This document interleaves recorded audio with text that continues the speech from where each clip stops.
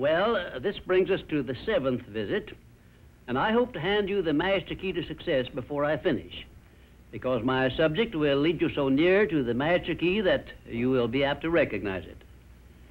As I have suggested in previous visits, a positive mental attitude can clear away all obstacles which stand between you and your major purpose in life. Because of the importance of the subject of our visit, I shall not only tell you that a positive mental attitude heads the entire list of the 12 great riches in life, but I am going to give you explicit instructions as to what you must do to keep your mind positive. In all the success books I have written, I have never suggested to my readers what they should do without clearly telling them how to do it. Are you ready? If you are ready, this visit may bring the most important change in your life you have ever experienced. 1, learn to adjust yourself to other people's state of mind and difficulties so as to get along peacefully with them and to refrain from taking notice of trivial circumstances in your relations with other people by refusing to allow them to become controversial incidents. Great people always avoid small incidents of controversy when possible. 2, establish for yourself a definite fixed system of conditioning your mind at the beginning of each day so you will keep it positive under all circumstances. 3, learn the art of selling yourself to other people by indirection, such as asking leading questions which will bring out the sort of reactions from others which you desire. And do not permit yourself to be drawn into argument over unimportant subjects. 4, adopt the habit of having a good hearty laugh every time you become irritated or angry, and it will help you if you begin each day with 1 minute of hearty laughing. This will change the chemistry of your brain and start you out with a positive mental attitude. However, you had better get out of sight when you take your laughing exercise.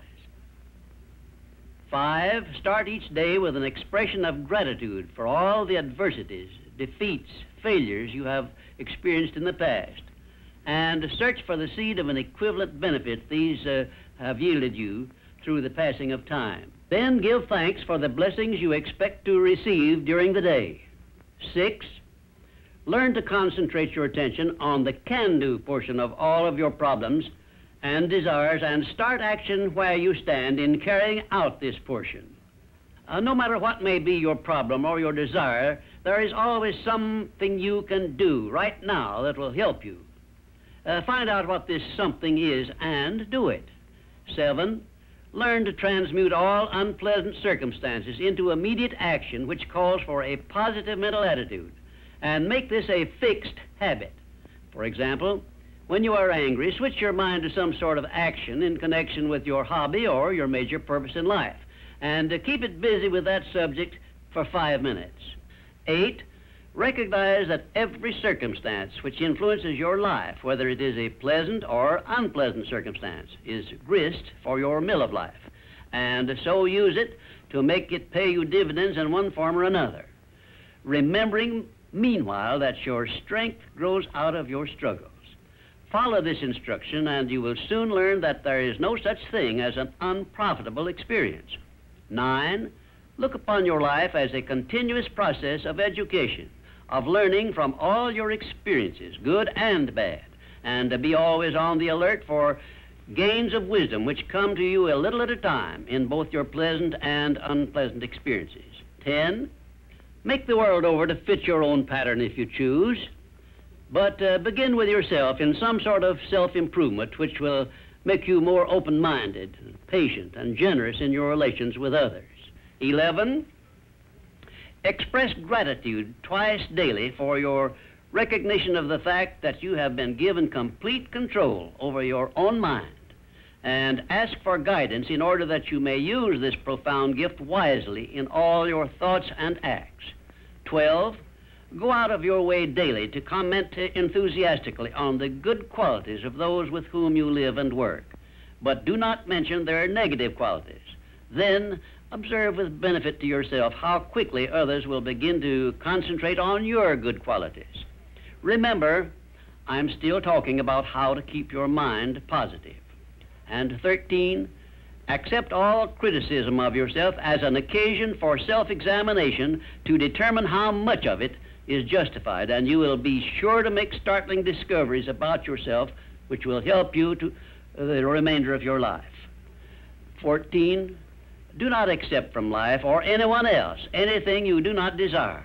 And remember that Mahatma Gandhi proved himself to be more powerful than the great British military forces by this simple method of passive resistance. 15, remember always that there are two kinds of circumstances which cause you to worry. Those you can do something about, and those you can do nothing about. Nothing, that is, except to use passive resistance and refuse to permit them to worry you. 16, keep your mind eternally engaged in thinking of that which you desire most, your major purpose in life, so no time will be left for you to waste on thinking of that which you do not want. And let me digress here while I tell you we are now rubbing elbows with the great master key of success this very moment. And 17, if you should ever be so unfortunate as to feel sorry for yourself, look around until you find someone who is worse off than yourself and start where you stand to give him help. Make this procedure a habit, and you will witness one of the great miracles of life, because that which you do to or for another, you do to or for yourself. And 18, choose some person whom you consider to be the sort of person you would like to be. Then go to work and emulate that person in every way possible. Great people have always been hero worshippers, but they pick the right sort of people to emulate. 19, cultivate your tone of voice so that your words have a pleasing musical sound. And remember that the sound of your voice is an open window through which other people look into your very soul. It will be a profitable investment if you will get a tape recording machine and record samples of your voice daily while you practice the art of expressing yourself through a friendly sounding voice. If you are engaged in selling, this practice will quickly pay off in monetary dividends. 20, last but by no means the least, write out this sentence and paste it in a prominent place where you work and on a mirror where you see yourself in your home. Whatever the mind can conceive and believe, the mind can achieve. Remember also that you are the only person who can provide you with a positive mental attitude. What are you going to do about it? On your answer to this question rests your entire future.